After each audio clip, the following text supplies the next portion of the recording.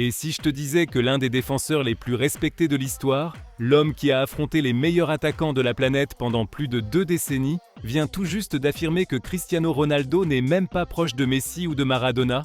Il ne l'a pas insinué, il l'a dit clairement. Et le plus choquant, c'est qu'il l'a dit publiquement, dans un documentaire, sachant que ses paroles allaient secouer toute la discussion. Paolo Maldini, légende du Milan, icône de la sélection italienne, vient d'exclure Cristiano de son podium historique.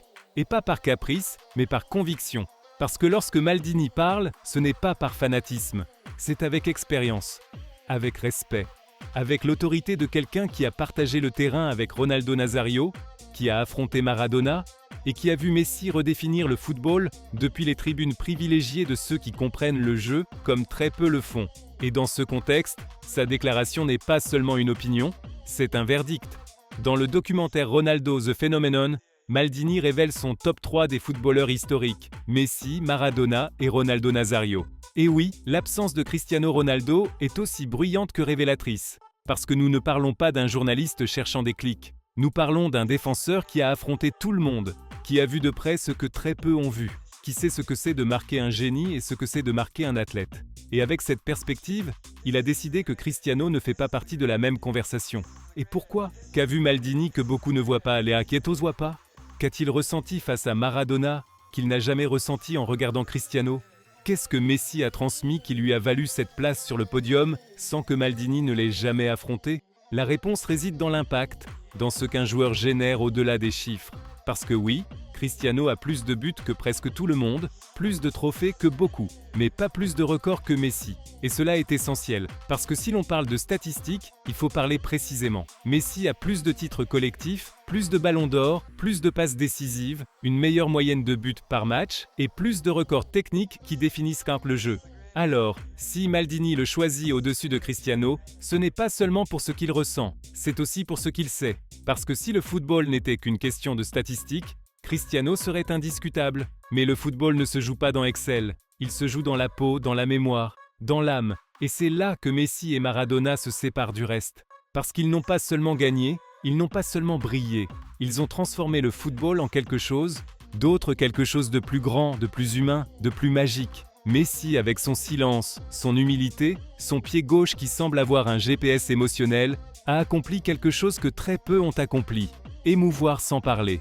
Maradona, avec sa rébellion, son talent débordant, son histoire de lumière et d'ombre, est devenu un mythe.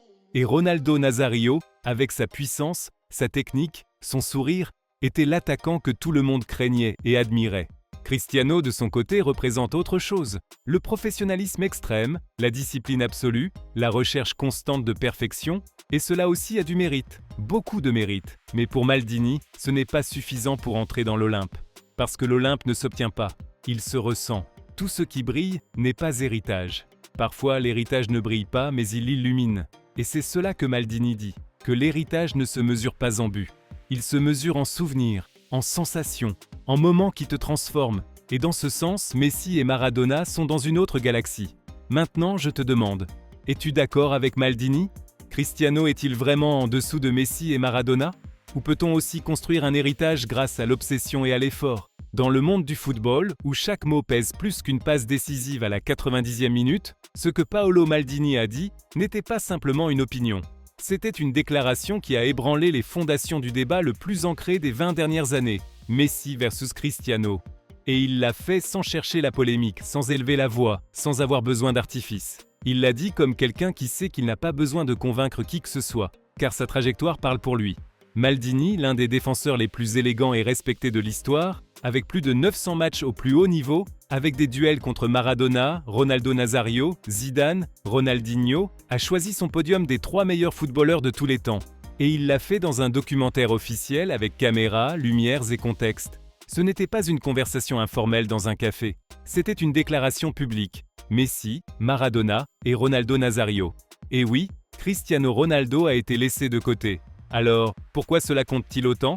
Parce que Maldini n'est pas un influenceur, ni un journaliste, ni un ancien joueur en quête d'attention. C'est quelqu'un qui a vécu le football de l'intérieur, qui a affronté les meilleurs, qui a compris le jeu depuis la défense, depuis la tactique, depuis le respect du talent. Et quand quelqu'un comme lui parle, le football écoute. Ce que Maldini dit, sans le dire directement, c'est que le football ne se mesure pas seulement en titres, qu'il existe quelque chose de plus important que les chiffres, qu'il y a des joueurs qui transcendent par ce qu'ils provoquent, pas par ce qu'ils accumulent. Et dans ce sens, son choix est percutant. Maradona, le génie rebelle qui transformait chaque match en spectacle théâtral. Ronaldo Nazario, l'attaquant qui a redéfini la vitesse, la technique et la peur dans la surface.